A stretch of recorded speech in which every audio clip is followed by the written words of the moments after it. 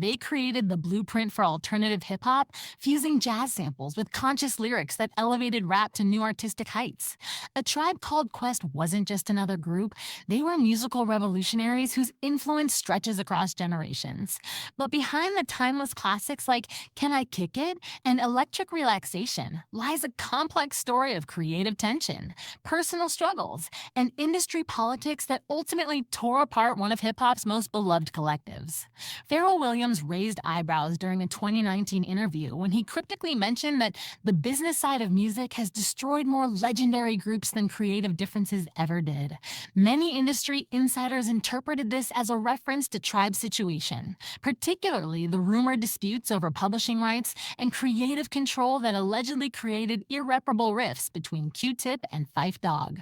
Erykah Badu, who toured with the group during their prime, once hinted at the underlying tensions, noting how certain personalities were so strong that compromise became increasingly difficult. Meanwhile, Common, a longtime friend and collaborator, suggested in his memoir that what the public saw on stage was only half the story regarding the group's internal dynamics. What's particularly intriguing is how the documentary beats Rhymes and Life captured moments of genuine friction between Q-Tip and Phife, yet both members initially distanced themselves from the film. Some close to the situation have suggested that the documentary merely scratched the surface of their complicated relationship, with disagreements over business decisions allegedly running much deeper than creative differences. The timing of their initial breakup, just as hip hop was becoming big business in the late 90s, has led some music journalists to speculate about whether financial pressures played a larger role than either member has publicly acknowledged.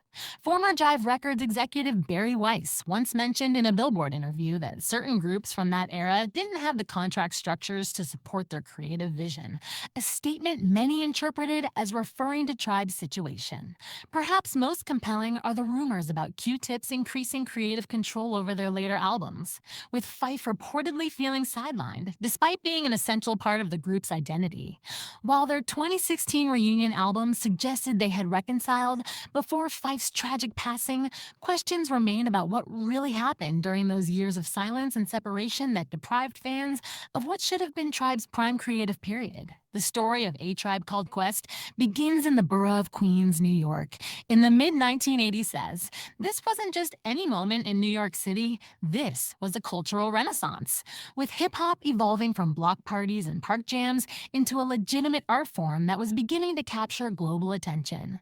Q-Tip-born Jonathan Davis, later Kamal Fareed, was a teenager with an encyclopedic knowledge of music and a record collection that would make seasoned DJs jealous. His childhood friend Phife Dawg Malik Taylor was a natural performer with a distinctive voice and sharp wit. Ali Shaheed Muhammad, from neighboring Brooklyn, brought serious technical skills as a DJ and an intuitive understanding of how to structure songs. Completing the quartet was Jarobi White, whose energy and creative input were vital to the group's early identity, even though his official role would remain somewhat mysterious to fans. We were just kids from Queens with a passion for music, Q-Tip has often reflected. We didn't set out to change hip-hop.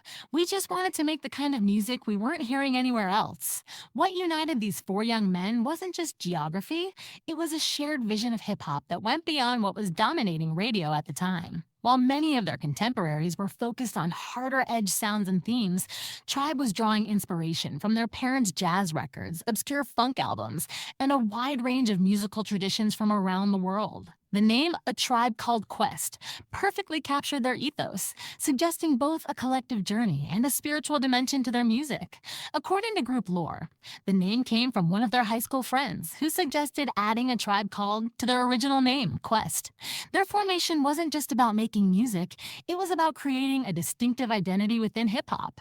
At a time when many groups were adopting tough, street-oriented personas, Tribe presented themselves as thoughtful, eclectic, and unapologetic intellectual. Their early fashion choices reflected this approach, incorporating African-inspired elements, vibrant colors, and a style that defied easy categorization.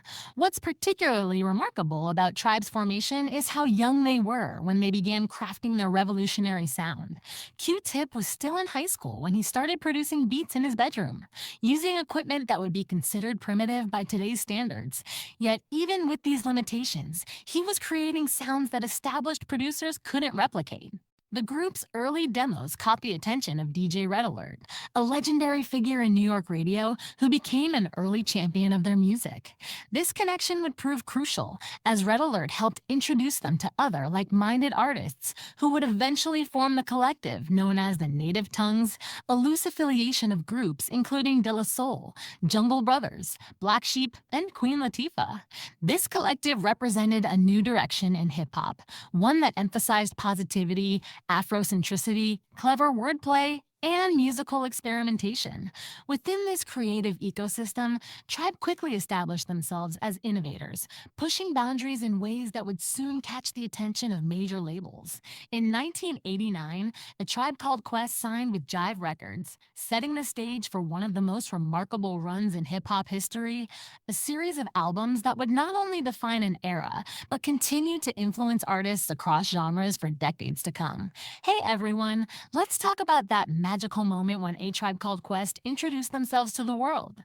In 1990, they dropped their debut album with one of the longest, yet most intriguing titles in hip-hop history, People's Instinctive Travels in the Paths of Rhythm.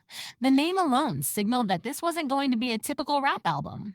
From the very first track, it was clear that Tribe was bringing something completely new to the table. The production was unlike anything else in hip-hop at the time, sample-heavy, but incredibly musical, drawing from jazz, funk, and soul in ways that felt both nostalgic and futuristic. Q-Tip's production techniques were revolutionary, using samples not just as hooks, but as complex musical elements that created rich, layered soundscapes. I was digging through my parents' record collection, finding these jazz albums, these obscure funk records, Q-Tip has explained. I was hearing things in those records that I thought would work in hip-hop, but nobody was using them that way. What made the album particularly distinctive was its lyrical content. We in the Ever We Do It. While many hip-hop artists were focused on street narratives or battle raps, Tribe was rapping about vegetarianism, ham, and eggs, the dangers of STD's pubic enemy, and the simple joy of traveling I left my wallet in El Segundo. These weren't typical rap topics in 1990, and they immediately set Tribe apart from their peers. The album's lead single, Can I Kick It?, built around a sample of Lou Reed's Walk on the Wild Side, became an instant classic. The call and response chorus was perfect for live shows, creating an immediate connection between the group and their audience. The track showcased Q-Tip's smooth, laid-back delivery, which contrasted perfectly with Phife's more energetic, higher-pitched style, though on this first album, Phife's contributions were relatively limited compared to later releases. Bonita Applebum, another standout track, demonstrated Tribe's ability to create hip-hop love songs that were clever, respectful, and genuinely romantic without being corny. The song's warm, inviting production and Q-Tip's charismatic delivery made it an immediate fan favorite and a showcase for his unique approach to storytelling. Critics immediately recognized that something special was happening. The album received glowing reviews, with many publications noting how different it sounded from everything else in hip-hop. Village Voice critic Robert Kreisgau called it as fresh and original as any rap album ever, while the Source gave it a coveted 5 mic rating. What's particularly interesting about People's Instinctive Travels is that it was primarily Q-Tip's vision. Phife later revealed that he wasn't fully invested in the group at this point, contributing only a handful of verses. Ali Shaheed Muhammad handled the DJ duties, but wasn't heavily involved in production. Jarobi appeared on the album, but would step away from the group shortly after its release to pursue culinary school. Despite these internal dynamics, the album established A Tribe Called Quest as major players in hip-hop's evolving landscape. It didn't achieve the commercial success of their later work, but it built a devoted following among fans who were looking for something more thoughtful and musically adventurous than what mainstream rap was offering. The album's success created high expectations for their follow-up, but no one, not critics, not fans, not even the group themselves, could have predicted just how dramatically they would evolve on their sophomore effort, creating what many consider one of the greatest hip-hop albums of all time. If their debut album introduced A Tribe Called Quest to the world, their second album, The Low End Theory, cemented their legacy as revolutionary artists. Released in September 1991, this wasn't just another great hip hop album, it was a paradigm shift, a complete reimagining of what hip hop could sound like and what it could achieve. The album's title itself was a statement of intent. The low end referred to bass frequencies, highlighting the album's rich, bottom heavy sound, but it also suggested a focus on the foundations, the roots, both musically and culturally. The theory part implied an intellectual approach, a thoughtful exploration rather than just a collection of songs. What immediately set the low end theory apart was its groundbreaking fusion of hip hop and jazz. While their debut had incorporated jazz samples, this album took the relationship between the two genres to an entirely new level. Q-Tip and Ali Shaheed Muhammad didn't just sample jazz records, they created a genuine conversation between hip hop and jazz, understanding both traditions deeply enough to merge them in ways that felt organic and innovative. We were trying to make the perfect marriage between jazz and hip hop, Q-Tip explained in later interviews, not just taking jazz samples, but understanding the spirit of improvisation, the feeling of jazz, and bringing that into our music. This approach reached its pinnacle with the inclusion of legendary jazz bassist Ron Carter on verses from the abstract. Carter, who had played with Miles Davis and countless other jazz giants, brought authentic jazz credibility to the project. His participation wasn't just a musical choice, it was a symbolic bridging of generations and traditions. Another crucial development on the low end theory was the emergence of Phife Dawg as an equal partner in the group's creative vision. Unlike the debut album, where Q-Tip dominated the microphone, Phife was now fully committed to the group and delivered some of the most memorable verses in Tribe's catalog. I was diagnosed with diabetes around that time, Phife later revealed. That was a wake up call. I realized I needed to take my career seriously. This newfound focus translated into razor sharp verses that perfectly complemented Q-Tip's more philosophical approach. The chemistry between Q-Tip and Phife became one of Tribe's greatest strengths. Q-Tip's smooth, measured delivery and abstract lyrics balanced perfectly with Fife's energetic, direct style and witty punchlines. They were like jazz musicians trading solos, each enhancing the other's performance.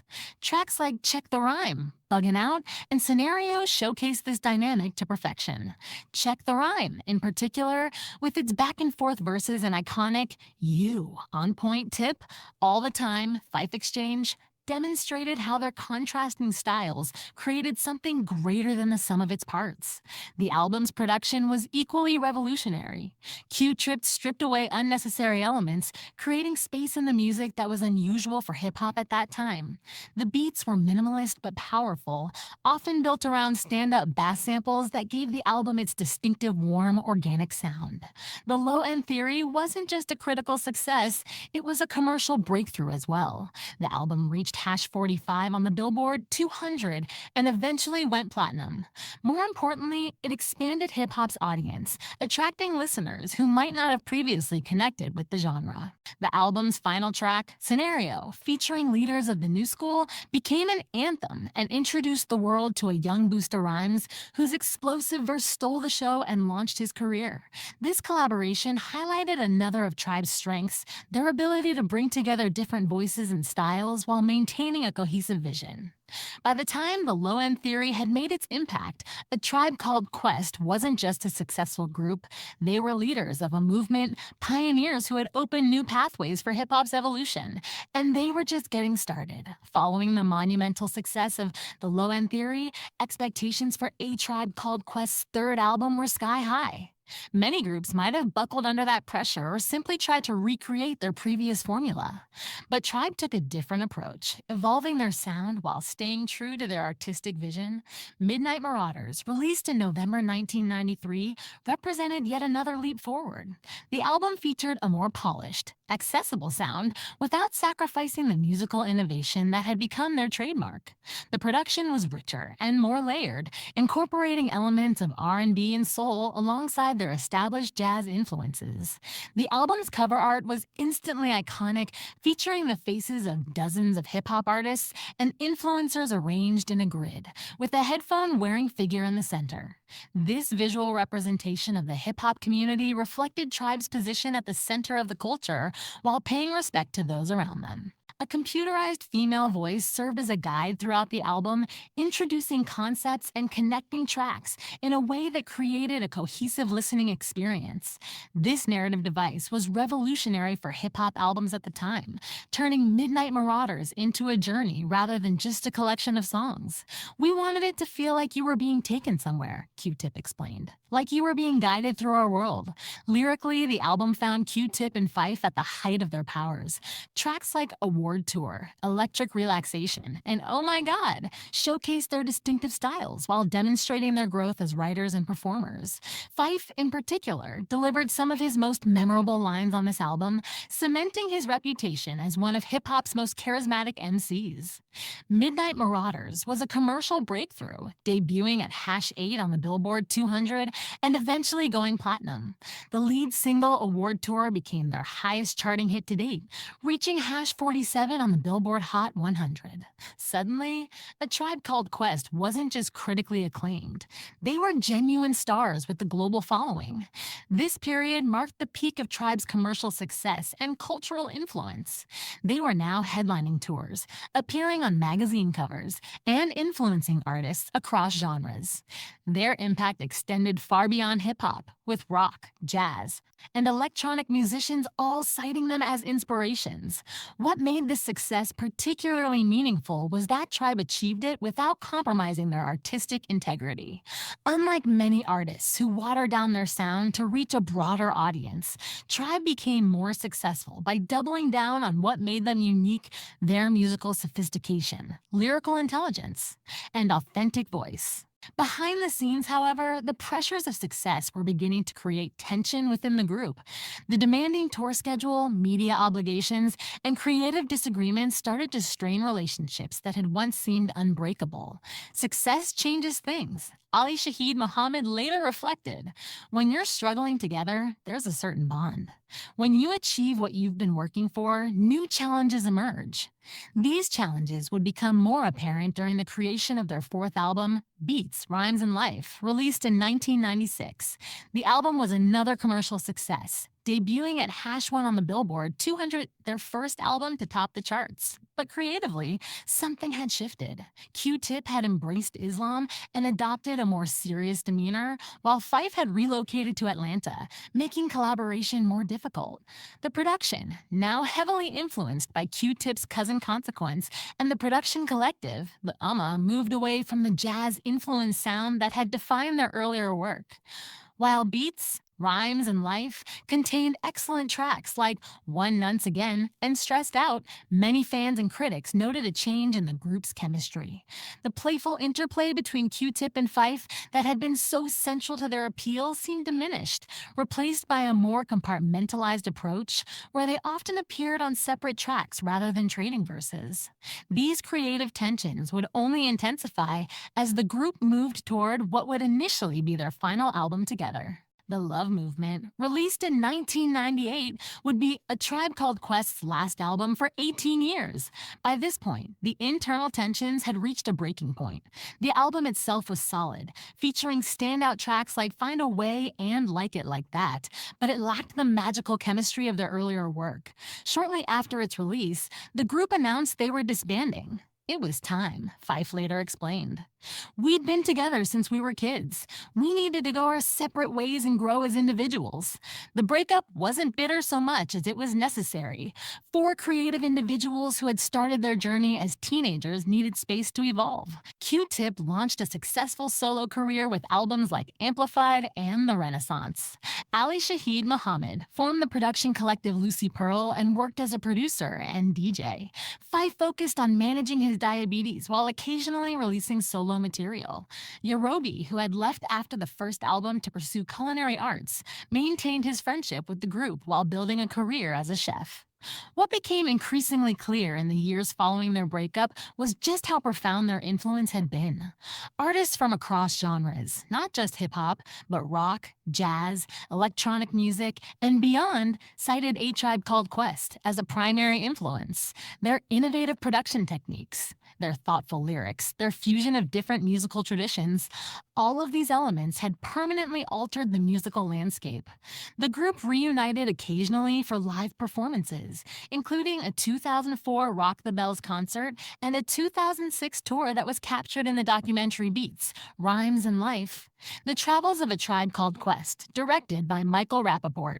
The film offered an intimate look at both their creative brilliance and their personal conflicts, particularly the tension between Q-Tip and Phife. Tragically, Phife Dawg passed away in March 2016 due to complications from diabetes, a condition he had battled since 1990. His death sent shockwaves through the hip-hop community and beyond, with artists from all genres paying tribute to his unique voice and undeniable impact. What no one expected was that Fife's passing would lead to one final chapter in the Tribe story. Before his death, the group had begun working on new material following a reunion performance on The Tonight Show. Q-Tip, Ali, and Jarobi, who had returned to the fold, decided to complete this project as a tribute to their fallen brother. The result was We Got It From Here, Thank You For Your Service, released in November 2016. The album featured Fife's final recorded verses alongside contributions from artists like Andre 3000, Kendrick Lamar, and Elton John. It was both a fitting farewell and a powerful reminder of what had made Tribe so special, their ability to evolve while maintaining their distinctive voice. The album debuted at #1 on the Billboard 200 and received universal acclaim, with many critics calling it one of the best albums of 2016. Their performance on Saturday Night Live shortly after the 2016 presidential election, where they performed the politically charged We the People, demonstrated their continued relevance and their ability to speak to new generations. Today, A Tribe Called Quest's legacy is secure. Their influence can be heard in countless artists across multiple genres. Their albums regularly appear on lists of the greatest hip-hop records of all time. Most importantly, their music continues to resonate with new listeners who weren't even born when People's Instinctive Travels was released. What made Tribe truly special wasn't just their musical innovation or their lyrical prowess, it was their authenticity, their willingness to be themselves in an industry that often rewards conformity. They proved that you could achieve commercial success without compromising your artistic vision, that intelligence and creativity could find an audience even in a genre often stereotyped as simplistic or one-dimensional. In doing so, they didn't just change hip-hop, they expanded our understanding of what popular music could be, creating a legacy that will continue to inspire artists for generations to come.